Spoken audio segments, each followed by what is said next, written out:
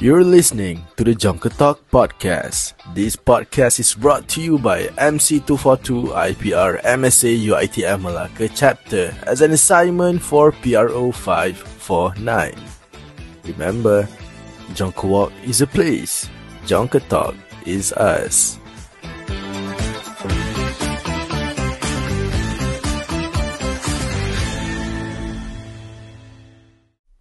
Hello, I'm Erin Fatihah Nor Hafizam from MC242 4A, and I'll be your host for today's podcast. Our topic is babies for future investments. But before we dive into the heart of our discussion, let's kick things off with an adorable slogan to get us in the mood. #BabyCare. Then, let's shift our focus to the title of today's podcast, which is child mortality. Emerging from the United Nations Millennium Declaration of 2000, the 8 Millennium Development Goals MDGs provide targets for progress from 1990 to 2015. Among these goals, MDG 4 aimed to reduce child mortality. Despite notable shortcomings, the MDGs succeeded in mobilizing global attention and monitoring efforts. MDGs 4 hold particular significance for global health, serving as benchmarks for reducing mortality rates among women and children by addressing various health challenges, including diseases, nutrition, and environmental factors, and also broader social determinants like economic disparities and educational access. Under 5 mortality in particular stands out as a crucial metric influencing life expectancy worldwide. In this brief analysis, we explore the investments made toward achieving MDG 4 within the 75 low and middle income countries, LMICs responsible for the vast majority of maternal and child death. What is child mortality? It can be referred to as under 5 mortality denotes the demise of children below the age of 5, and is commonly expressed as the number of deaths per 1,000 live births. A specific subset of child mortality is infant mortality, encompassing all deaths before reaching 1 year of age. The majority of childhood fatalities typically occur within this initial year, with a noticeable decline in mortality risk thereafter, eventually stabilizing around the age of 10 to levels characteristic of adulthood. Throughout much of human history, and in several contemporary populations, prior to the epidemiological transition, early childhood has been characterized by heightened risk of mortality, primarily attributable to increased vulnerability to infectious diseases and to a lesser extent violence. Hey everyone, did you know that child mortality does not only happen in less developing countries? Malaysia, as one of the most developing countries, also happens to have child mortality case. We can see the child mortality case in Malaysia, where Malaysia's Department of Statistics reported a small increase in the under 5 mortality rate in 2021 compared to the previous year. Mainly due to the higher mortality rates for girls, the leading causes of death in children under 5 were complementary childbirth and birth defects. Other causes included pneumonia, COVID-19 infection, and accidents. Malaysia has been meeting the under 5 mortality rate target since 1984, but the neonatal mortality rate slightly increased in 2021. Sabah had the highest neonatal mortality rate among states. The number of live births in Malaysia decreased in 2021 compared to the previous 2 years. Life expectancy also declined, while rates of moderate and severe malnutrition in children under 5 decreased in 2021. Labuan had the highest severe malnutrition rate, while Sarawak had the highest moderate malnutrition rate. Several states report malnutrition rates higher than the national average. This has caused concern from the people, as this could badly affect Malaysia to be one of the countries with low birth rates. Now, why does child mortality happens? child mortality is caused by a wide range of causes, many of which are closely related to healthcare and health. Maternal health literacy and availability to quality care are two important factors. Mothers frequently don't know enough about how to take care of their babies, which can result in worse than ideal health outcomes. In addition, financial limitations frequently prevent moms from putting their own health needs first, which leads to poor prenatal care and nutrition. The problem is sometimes made worse by a lack of funds, which keeps moms from receiving critical medical care while they are pregnant. Inadequate prenatal care can lead to a number of unpleasant consequences, such as intrauterine growth restrictions brought on by malnourishment in the mother. As a result, even prior to the delivery, newborns might exhibit development delays and become more vulnerable to health issues. In addition, variations in the availability and caliber of healthcare significantly influence the results for children's health.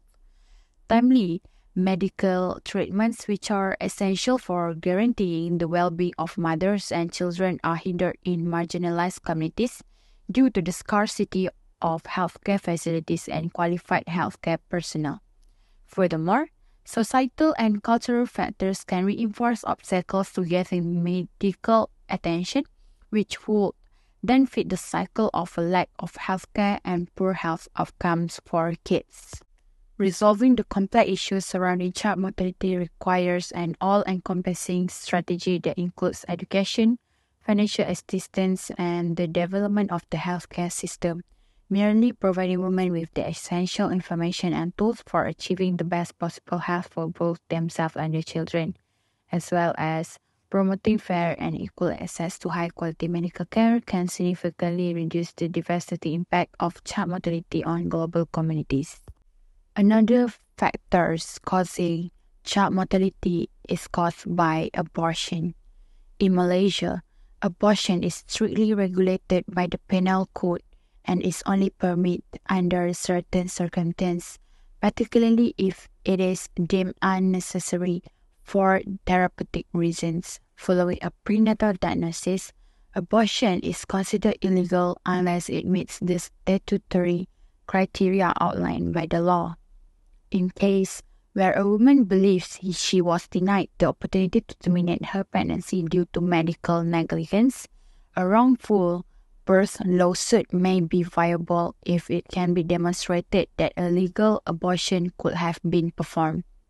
However, legal action on behalf of the child for being born with a disability known as a wrongful life claim is unlikely to succeed due to the difficulty in establishing such a claim and its contravention of public policy. This legal framework regarding abortion and related legal actions has implications for child mortality rates and the management of prenatal care in Malaysia. And another cause that related to child mortality is the baby dumping issues. Despite efforts to combat the issue, cases of baby dumping remain prevalent, particularly among young people. According to the Royal Malaysia Police (PRM), there are approximately 10 instances of baby dumping reported each month, highlighting the severity of the problem. Statistics also reveal the age group most commonly associated with committing this crime. Tragic incidents of newborns being abandoned in toilets, drains, rubbish bins, and even subjected to burning are not uncommon in Malaysia.